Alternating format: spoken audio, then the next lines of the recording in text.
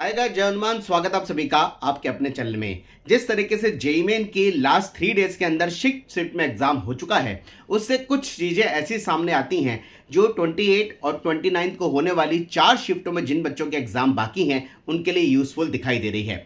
सबसे बड़ी बात यह है कि फिजिक्स का अभी तक जो टेस्ट देखने को मिला है वो ट्रिकी होने के कारण थोड़ा सा मॉडरेट या स्लाइटली मॉडरेट गया। बाकी फिजिक्स के क्वेश्चन बच्चों से बने हैं, ऐसा नहीं कह सकते कि फिजिक्स बहुत हायर लेवल पर टफ चलेगी। फिजिक्स में ट्रिकी क्वेश्चन होने के कारण स्लाइटली मॉडरेट गया, लेकिन इजी रहा।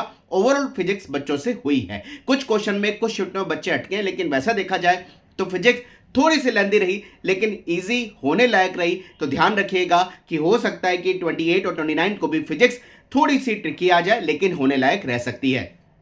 केमिस्ट्री की बात करते हैं। केमिस्ट्री अभी तक कोई भी ऐसा बच्चों का फीडबैक हमें नहीं मिला। पिछली 6 शिफ्टों में करीबन 6-6.5 लाख बच्चे एग्जाम दे चुके हैं जिन्होंने बोला कि केमिस्ट्री बहुत हायर साइड चली गई, मॉडरेट चली गई या फिर क्वेश्चन नहीं बने। ऐसा नहीं देखने को मिला। ओवरऑल केमिस्ट्री के पेपर में यह देखने में आया कि केमिस्ट्री के सम बच्चों से हुए हैं और केमिस्ट्री इजी साइड ही रही है। एक्सपेक्ट करते हैं कि आने वाली 4 शिफ्टों में भी केमिस्ट्री का पेपर जो है ऐसा नहीं होगा जिसमें आपको परेशानी हो। केमिस्ट्री इजी साइड ही रहेगी। लेकिन भाई केमिस्ट्री मेमोरी बेस्ड बहुत ज्यादा होती है, इसलिए केमिस्ट्री के अंदर जो है हमेशा मेमोरी बेस्ड क्वेश्चन का ध्यान रखना चाहिए। क्योंकि अगर मेमोरी बेस्ड क्वेश्चन का मतलब अगर आपके फंडामेंटल स्ट्रांग है, अगर आपकी मेमोरी के हिसाब से वो क्वेश्चन आपको याद है, तो वो केमिस्ट्री में आराम से बन रहे होंगे, ये मान के चलिएगा। रही बात मैथमेटिक्स, भाई मैथमेटिक्स का पेपर हमेशा देखा गया है, अभी हमने 6 शिफ्टों में भी देखा कि लेंदी रहा। और मैथमेटिक्स वाकई में सब्जेक्ट भी ऐसा है जो टाइम गेनिंग होता है, हमेशा क्वेश्चन के अंदर टाइम देना पड़ता है। ये मान के चल सकते हैं कि आने वाली 4 शिफ्टों में भी मैथमेटिक्स का पेपर जो है ये लेंदी रह सकता है और आपको टाइम मैथमेटिक्स के हिसाब से ज्यादा देना पड़ेगा।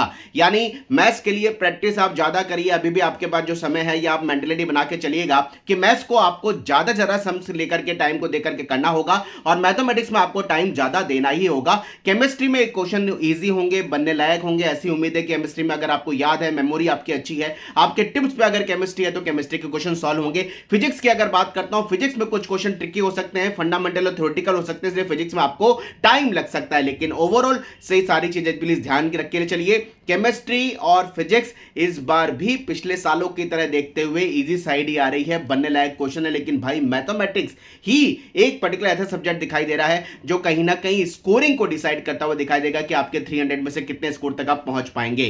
तो भाई इन दोनों बातों का, तीनों बातों का ध्यान रखिए। सब्जेक्ट के टेस्ट से हम समझ पा रहे हैं, उम्मीद है आपने भी पिछली 6 शिफ्टों में हुए पेपर्स को सॉल्व कर लिया होगा। थोड़ा सा एक टेंटेटिव आइडिया आपके भी दिमाग में फिगर आउट हो गया होगा कि पेपर का टेस्ट क्या कहता है। यार इस चीज से बचना कि यार शुरू के 6 शिफ्टों में एग्जाम जो हो चुके हैं वो तो भाई इजी आ गए, बच्चों से हो गए। स्लाइटली मॉडरेट या मैक्सिममली हमने देखा था मॉडरेट शिफ्ट की तरफ पेपर पहुंचा। लेकिन भाई आने वाली शिफ्टों के अंदर पेपर टफ होगा, जैसे हमने लास्ट ईयर 2024 के अंदर जनवरी एग्जाम में देखा था। प्लीज ऐसी एक्सपेक्टेशन लेके मत चलिएगा, क्योंकि वैसे ही सोचना कि आने वाली शिफ्ट के अंदर पेपर टफ हो जाएंगे जैसे 24 जनवरी की लास्ट ईयर शिफ्ट में हमने 2024 में देखा था, ऐसा प्लीज ऐसा नहीं होगा, ऐसा मत सोचिएगा। आप अपना एफर्ट्स लगाइए, बेस्ट एफर्ट्स लगाइए। हाँ, मैथमेटिक्स पर थोड़ा फोकस ज्यादा करिए, इस चीज को जरूर बोलना चाहेंगे। Wish you all the best. Comment box में लिखिएगा कैसी प्रिपरेशन है, और जो बच्चे भाई एग्जाम देके आ चुके हैं ना, वो भी जरूर लिखिए कि उनके कितने मार्क्स आने की उम्मीद है। Wish you all the best. Jai Hanuman. Bye bye. Thank you very much.